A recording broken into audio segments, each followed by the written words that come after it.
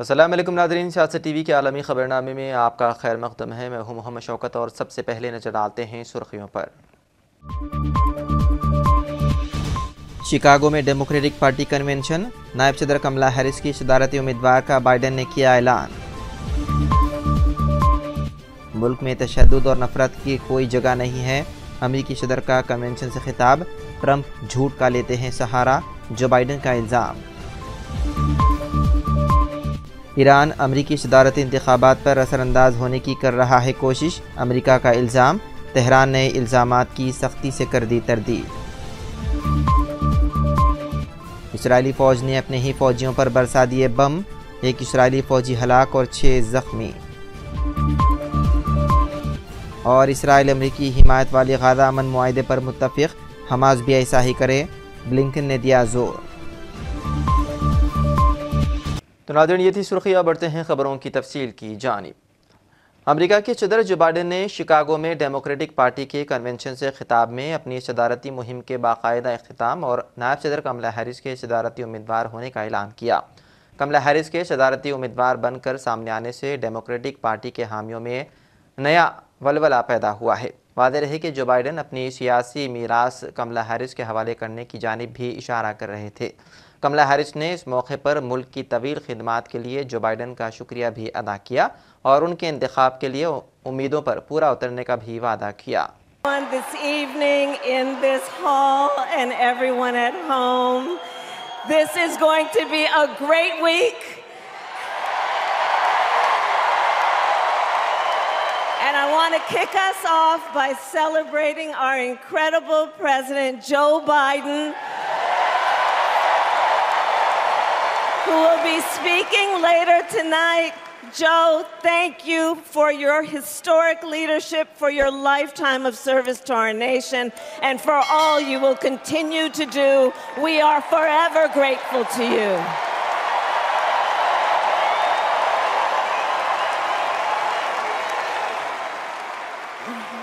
Thank you, Joe.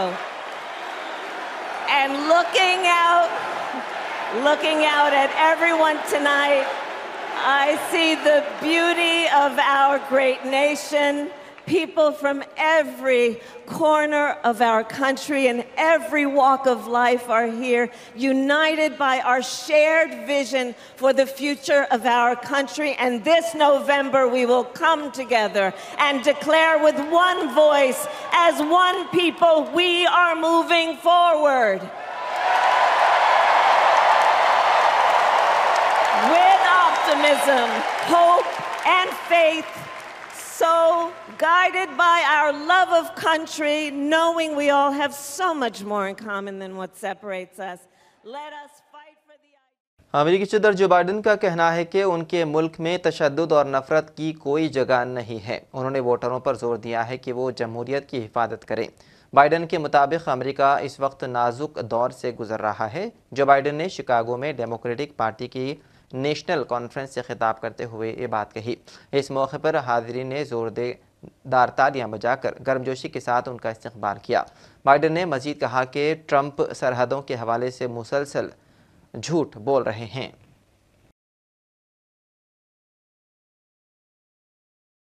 فلسطینیوں کے حامی 10,000 مظاہرین ڈیموکریٹک پارٹی نیشنل کنونشن کے صدر دفتر کے سامنے جمع ہو گئے ہیں تاکہ غزہ پر جنگ میں اسرائیل کی حمایت میں امریکی انتظامیہ کے موقف کی مذمت کی جا سکے۔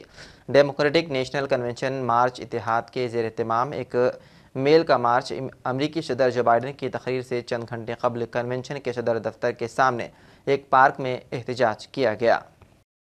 ایرانی وزارت خارجہ کے ترجمان نے کہا ہے کہ اقوام متحدہ کے چارٹر کی بنیاد پر ایران کو اپنی سلامتی اور علاقائی سالمیت کا دفاع کرنے کا حق حاصل ہے، لہذا ایران سے تحمل کا مظاہرہ کرنے کی توقع رکھنا غیر معقول درخواست ہے۔ ترجمان ایرانی وزارت خارجہ ناصر کنعانی نے ہفتہ بریفنگ میں کہا کہ غزہ جنگ بندی کا ایران کے اسرائیل کو جواب دینے سے کوئی تعلق نہیں۔ ایران غزہ میں جنگ بندی کے معاہدے کا مسلسل خیر مقدم کرتا آیا ہے۔ جنگ بندی بین الاقوامی مطالبہ ہے اور 10 ماہ سے زائد عرصے سے جاری قتل عام بند ہونا چاہیے۔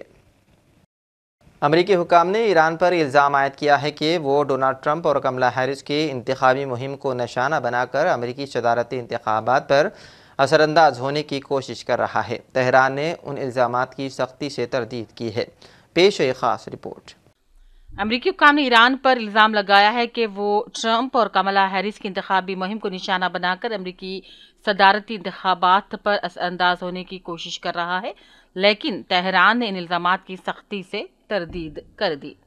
امریکہ کی سیکیورٹی ایجنسیوں نے ایران پر الزام لگایا کہ وہ رواں سال ہونے والے صدارتی انتخابات سے قبل ٹرمپ کی انتخابی مہم کو نشانہ بنانے کے لیے سائبر حملے کرنے کی کوشش کر رہا ہے۔ سائبر سیکیورٹی اور انفراسٹرکچر سیکیورٹی ایجنسی سمیت مختلف سیکیورٹی ایجنسیوں نے ایک مشترکہ بیان میں کہا، ہم نے اس انتخابی دور کے دوران تیزی سے جارحانہ ایرانی سرگرمیوں کا مشاہدہ کیا ہے۔ امریکی ایجنسیوں نے کہا، خاص طور پر اس طرح کی سرگرمیوں میں صدارتی انتخابی مہم کو نشانہ بنانے والے سائبر آپریشنز شامل ہیں۔ بیان میں مزید کہا گیا ہے کہ انٹیلیجنس کمیونٹی کو یقین تھا کہ ایرانیوں نے سوشل انجینئرنگ اور دیگر کوششوں کے ذریعے ایسے افراد تک رسائی حاصل کرنے کی کوشش کی ہے جن کو دونوں سیاسی جماعتوں کی انتخابی مہم تک براہ راست رسائی حاصل ہو۔ تاہم امریکی تفتیشی ایجنسیوں نے اس طرح کی کوئی تفصیلات فراہم نہیں کی ہیں۔ انہوں نے ہیکنگ حملے میں ایران کے کردار کی تصدیق کیسے کی اور نہ ہی انہوں نے یہ بتایا کہ ہیکنگ کے ذریعے ٹرمپ کی انتخابی مہم سے کس قسم کی معلومات چرائی گئی ہیں۔ اقوام متحدہ میں ایرانی مشن نے ان امریکی الزامات کو غیر مصدقہ اور حقیقت پوری طرح سے خالی قرار دیتے ہوئے اس کو مسترد کر دیا۔ ایرانی مشن نے امریکہ کو ثبوت پیش کرنے کے لیے چیلنج کیا۔ بیورو رپورٹ، سیاست ٹی وی۔ ایران نے ایک بار پھر ان الزامات کی تردید کی ہے کہ اس نے امریکی انتخابات میں مداخلت کی ہے۔ اقوام متحدہ میں ایران کے مستقل نمائندے کی طرف سے ایک تحریری بیان دیا گیا ہے۔ بیان میں کہا گیا ہے کہ جیسا کہ ہم پہلے کہہ چکے ہیں کہ ایران کا امریکی صدارتی انتخابات میں مداخلت کا کوئی ارادہ یا خیال نہیں ہے۔ اگر امریکی حکومت اس دعوے پر اصرار کرتی ہے تو اسے چاہیے کہ وہ دستاویزات ہمیں فراہم کرے تاکہ اسے جواب دیا جا سکے۔ یاد رہے کہ 5 نومبر کو ہونے والے امریکی صدارتی انتخابات میں ریپبلکن امیدوار ڈونلڈ ٹرمپ کی ٹیم نے ایران پر کئی بار الزام لگایا ہے کہ اس نے ہماری انتخابی مہم پر سائبر حملے کیے ہیں۔ امریکی وزیر خارجہ اینٹونی بلنکن نے کہا ہے کہ اسرائیلی وزیر اعظم نے انہیں غزہ میں جنگ بندی کی خاطر اختلافات کم کرنے کی امریکی تجویز پر اپنی حمایت کی یقین دہانی کرائی ہے۔ انہوں نے حماس پر زور دیا ہے کہ وہ بھی اس تجویز کو قبول کرے۔ یروشلم میں اسرائیلی وزیر اعظم کے ساتھ 3 گھنٹے تک جاری رہنے والی بات چیت کے بعد اینٹونی بلنکن نے کہا ہے کہ نتن یاہو نے وعدہ کیا ہے کہ اسرائیل، مصر اور قطر کی سازشوں میں رواں ہفتے دوبارہ شروع ہونے والے مذاکرات کے لیے ایک ٹیم بھیجے گا۔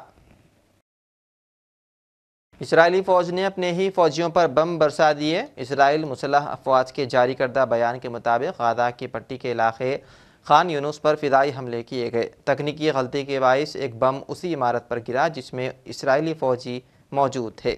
واقعے میں ایک اسرائیلی فوجی ہلاک اور 6 زخمی ہو گئے ہیں۔ زخمیوں میں سے 3 کی حالت نازک ہے۔ روس کے صدر ولادیمیر پوتن نے آداب معاشرت کی روایتی اقدار کے حامی اور نیو لبرل اقدار کے مخالف غیر ملکیوں کو روس میں رہائشی پرمٹ کے حصول میں سہولیات دینے کی منظوری دے دی ہے۔ پوتن کے منظور کردہ آرڈیننس کے ساتھ بعض غیر ملکیوں کے لیے روس میں رہائشی پرمٹ مرحلے کو سہل کر دیا گیا ہے۔ مذکورہ غیر ملکیوں کو رہائشی پرمٹ کے بعض شرائط مثلاً روسی زبان اور روسی تاریخ کے امتحانات سے معاف رکھا جائے گا۔ آرڈیننس کی روح سے روسی حکومت اپنے شہریوں کے لیے بھی تباہ کن نیو لبرل افکار کے حامی ممالک کی فہرست تیار کرے گی۔ ملیشیا کے وزیر اعظم ہندوستان کے دورے پر ہیں۔ انور ابراہیم نے سب سے پہلے مہاتما گاندھی کی سمادھی پہنچے اور انہیں خراج پیش کیا۔ پھر دونوں ملکوں کے وزرائے اعظم مودی اور انور ابراہیم نے ایک دوسرے سے ملاقات کی۔ ہند ملیشیا کی ترقیاتی تعاون، تجارت پر باہمی معاہدات کے لیے مذاکرات بھی جاری ہیں۔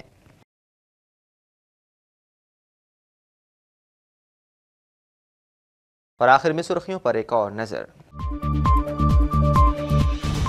شکاگو میں ڈیموکریٹک پارٹی کنونشن، نائب صدر کملا ہیرس کی صدارتی امیدوار کا بائیڈن نے کیا اعلان۔ ملک میں تشدد اور نفرت کی کوئی جگہ نہیں ہے، امریکی صدر کا کنونشن سے خطاب۔ ٹرمپ جھوٹ کا لیتے ہیں سہارا، جو بائیڈن کا الزام۔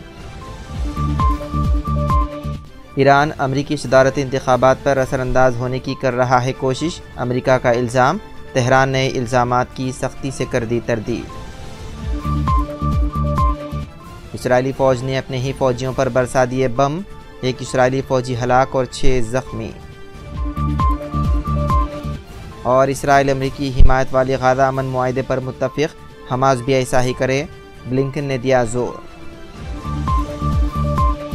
تو ناظرین، سیاست ٹی وی کے عالمی خبرنامے میں بس اتنا ہی۔ مزید اپڈیٹس کے لیے آپ بنے رہیے سیاست ٹی وی کے ساتھ۔ فی الحال مجھے دیں اجازت، خدا حافظ۔